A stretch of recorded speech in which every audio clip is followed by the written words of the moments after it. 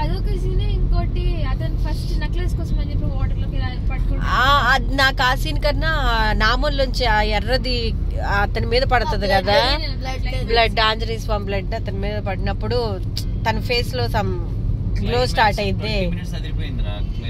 Climax అదిరిపోయింది. Interval కూడా interval కి ముందు అది ట్రైలర్ లో చూసి 20 times చూసాను అది. అవునా? వాళ్ళ అక్క చనిపోయింది, అది కొంచెం బాధ అనిపించింది కానీ సెంటిమెంట్ బాగుందిరా. అవును, సాంగ్స్ కూడా మంచిగా పెట్టాడు కదా. అవును, అంటే దానికి అక్కడ సూట్ అయ్యేలాగా తక్కువ అట్లా కాకుండా నీట్ గా పెట్టాడు. బ్యూటిఫుల్ సాంగ్స్ లేకపోవచ్చు, ఏది పదే పదే పాడుకునే సాంగ్స్ లేకపోవచ్చు, కానీ ఈ గెటప్ సీరీస్ కూడా బాగుంది, చాలా బాగుంది. అవును, న్యాచురల్ గా ఉంది, మరి ఓవర్ యాక్షన్ కాకుండా న్యాచురల్ గా ఉంది. నీకు కామెడీ వైజ్ గా ఉంది, చలాకితనం ఉంది, సెంటిమెంట్ ఉంది. అవును, వాడు ఎక్కువ చేంజ్ అయిపోయి అతి మంచితనం కాకుండా కాసేపట్లోనే ఒక వితిన్ 5 minutes లోనే వాడి మంచితనాన్ని అంతా నిరూపించుకోవడం, ఎగటగా కాకుండా మంచిగా పోయాడు అన్నట్టు సింపుల్ గా ఉంది. ఓవరాల్ గా నీకు అసలు కొట్టేసాడు మామూలుగా. అవును, సంక్రాంతికి ఇంకేం లేవు ఇంకా మూవీస్. బాగుంది, ఫ్యామిలీ ఎంటర్టైనర్. ప్లస్ ఊరు పేరు భైరవ్ కోన కాదురా, ఊరి పేరు భైరవ్ కోన, రెండు కలిపి చెప్పాలరా. అయితే నిఖిల్ దీనికి సిమిలారిటీగా ఉన్న ఆర్ఆర్ వేరు, అంటే బ్యాక్గ్రౌండ్ మ్యూజిక్ వేరుంది. కార్తికేయలో కృష్ణుడిని మరీ యానిమేషన్ లోగా చూపించారు బాగా ఎక్కువ, అది అంత ఫీల్ అయ్యేలాగా లేదు. అది బాగా కడియం చూపించినప్పుడు ఏంటో ఆ సైజు కడియము, అది ఏంటో ఒక పవర్ వచ్చేసినట్టు ఉంటది. అవును, ఆంజనేయ స్వామి ప్రతి వ్యక్తి అంటే కృష్ణుడు అంటే అది పాస్ట్ లో జరిగిన దాని గురించి కాబట్టి వాడు ఒక ఇమాజినేషన్ ప్రకారంగా యానిమేషన్ లో చూపించాడు. అంతేలే, ఇప్పుడు మనం ఇమాజిన్ చేసుకుంటే ఎట్లా ఉంటది. మొత్తానికి హనుమాన్ మూవీ అయితే C5 లో రాకూడదు. చనిపోయాడు కృష్ణుడు. అవును, కృష్ణుడిని ఒక బాణం వేసి ఒక అతను బై మిస్టేక్ బాణం వేస్తాడు, అతను శాపం వల్ల ఆయన కాలుకు తగిలి చనిపోతాడు. ఇది జరిగింది అనేది మనకి చెప్తున్నారు. కానీ ఆంజనేయ స్వామి ఇప్పటికి కూడా హిమాలయాల్లో తపస్సు చేసుకుంటా బతికున్నాడు అనేది చెప్పేది అనమాట. ఆయన చిరంజీవి అంటారు అనమాట. చిరంజీవి అంటే హీ నెవర్ డైస్ అని. ఇంకా ఉన్నాడు అనేది అసలు అది కూడా ఇప్పుడు ఆంజనేయ స్వామి, రియల్ ఆంజనేయ స్వామి హిమాలయాస్ అని కొడితే నీకు చాలా ఇమేజెస్ వస్తాయి అనమాట. ఏంటంటే ఎవరో అంటే అక్కడికి వెళ్ళారంట, ఆయన పుస్తకం చదువుకుంటా కూర్చొని ఉన్నాడంట, చూసారంట. చూస్తే ఆయనకి తర్వాత కళ్ళు పోయినాయి అంట, అదంట ఇదంట అతను అని. ఇవన్నీ కల్పితం, ఇవన్నీ ఫ్యాక్ట్ కాదు యాక్చువల్ గా. బట్ కాకపోతే అట్లా క్రియేట్ చేశారు చాలా ఇయర్స్ క్రితమే.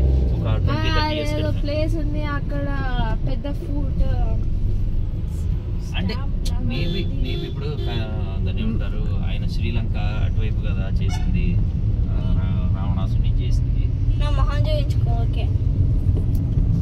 ఓవరాల్ గా సంక్రాంతికి ఒక మంచి మూవీ చూసాము. సంక్రాంతికి ముందే వెల్ కదా, స్వామి అనే క్యారెక్టర్ ని వాల్మీకి తయారు చేసినప్పుడే అద్భుతం. అది రామాయణంలో అసలు అత్యంత అద్భుతమైన పాత్ర ఆంజనేయ స్వామి. అందుకని ఆయన రాసిన రామాయణాన్ని కూడా వద్దని పారేపించి మరి వాల్మీకి రాశాడు. ఎందుకంటే అరే గొప్పగా రామాయణాన్ని ఆంజనేయ స్వామి రాశాడు.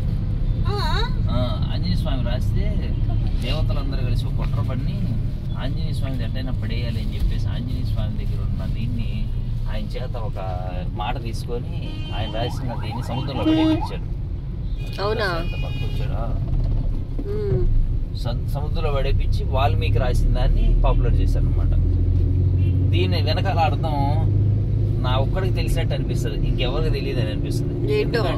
ఎందుకంటే ఒక కావ్యానికి ప్రతి పాత్ర ఇంపార్టెంట్, అందులో ముఖ్యమైన పాత్రలు కొన్ని ఉంటాయి.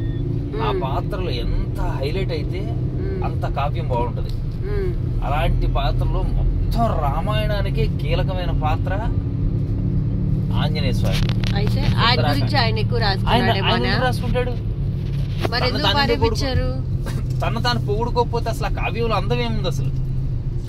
ఓకే, అక్కడ రాముడిని సీతాదేవిని హైలైట్ చేస్తున్నారు కాబట్టి ఇక్కడ హనుమంతుడి పాత్ర కూడా ఉండాలి అన్న దాంతో వాల్మీకి రాసిందని పాపులర్ చేశారా? వాల్మీకి అయితే అన్ని పాత్రలకి న్యాయం చేస్తారు. ఆంజనేయ స్వామిని గొప్పగా పొగడగలుగుతాడు, రాముడిని పొగడగలుగుతాడు, అన్ని క్యారెక్టర్స్ కి ఎలివేషన్ ఇస్తాడు. అందులో అన్నిటికంటే బ్యూటిఫుల్ క్యారెక్టర్ ఆంజనేయ స్వామి. అంత బ్యూటిఫుల్ క్యారెక్టర్ ని ఎవరన్నా ఎలివేట్ చేయకపోతే అసలు ఆ కావ్యంలో అసలు ఒక మజానే ఉండదు అనమాట. ఇంతమందికి నచ్చేలాగా కావ్యం ఉండదు. అందుకోసమని నీకు ఆంజనేయ స్వామి కావ్యాన్ని పడేపించడం యాక్చువల్ చెప్పాలంటే. బాబు నువ్వు రాస్తే నువ్వు నీ రాముడిని కోరుకుంటావు. నీ గొప్పతనం ఇప్పుడు ఆంజనేయ స్వామి తీసుకొని సినిమా చూస్తాం మనం. సినిమా చూస్తున్నప్పుడు ఏమయ్యా ఏంది పిచ్చోళ్ళలాగా గొలుసులు కోరుకుంటున్నావు అని అంటే, పిచ్చోళ్ళలాగా ప్రవర్తిస్తున్నాడు ఏంటి అసలు విలువ తెలియని మనిషి అని తిట్టినప్పుడు ఇందులో ఏముంది పిచ్చి గొలుసుల్లో అని పక్కన పడేస్తే, ఏంటి నువ్వు అంత భక్తుడువా దీంట్లో రాముడు లేడని అంటే, నువ్వు అంత గొప్పడువా అని అంటే, అవును నా అణువులో ఉన్నాడు, నా గుండెలో కూడా ఉన్నాడు అని చీల్చి చూపిస్తే అసలు అది అసలు ఆ ట్విస్ట్ ఆ స్టోరీకి ఉన్న పవర్ అసలు ఎక్స్ట్రాడినరీ. చిన్నపిల్లలప్పుడే మనసుకు హత్తుకుపోయేది అది. చిన్నపిల్లలప్పుడే ఇన్స్పైర్ అయిన క్యారెక్టర్లు అవన్నీ కూడా. ఆంజనేయ స్వామి ఇలా గుండె చేయించితే లోపల ఉన్నాడు అని అంటే భక్తి ఎక్కడ అసలు మామూలుగా భక్తి చెప్పుకోవడం వేరు, గుండె లోపల ఇలా చీలిస్తే రక్తం ఇలా మొత్తం గుండెని చీలిస్తే లోపల కనపడటం వేరు. అంటే ఆ క్యారెక్టర్ ని సూపర్ ఎలివేట్ చేయడం అనమాట. వాల్మీకి రాశాడు అనుకో, వాల్మీకి రాస్తే ఇది వచ్చింది ఇట్లా. ఆంజనేయ స్వామి రాశాడు అనుకో, నేను భక్తితో గుండె చీల్చాను, నా రాముడిని చూపించాను అని ఆయన గురించి ఆయన రాసుకోడు. ఎంతసేపుడికి రాముడు సీత గొప్పతనం ఇయే రాస్తాడు. అప్పుడు ఎలా ఉండేది? అప్పుడు ఎలా ఉండేదంటే మామూలుగా 10th క్లాస్ బుక్ ఏం చదివినట్టుండేది? 10th క్లాస్ బుక్ చదివినట్టుండేది. 10th క్లాస్ బుక్ ఏ బుక్? మామూలుగా ఏదో బయాలజీ, ఫిజిక్స్. బయోఫిజిక్స్ కాదు బెటరే. హిందీ హిందీ రైట్. ఓకే.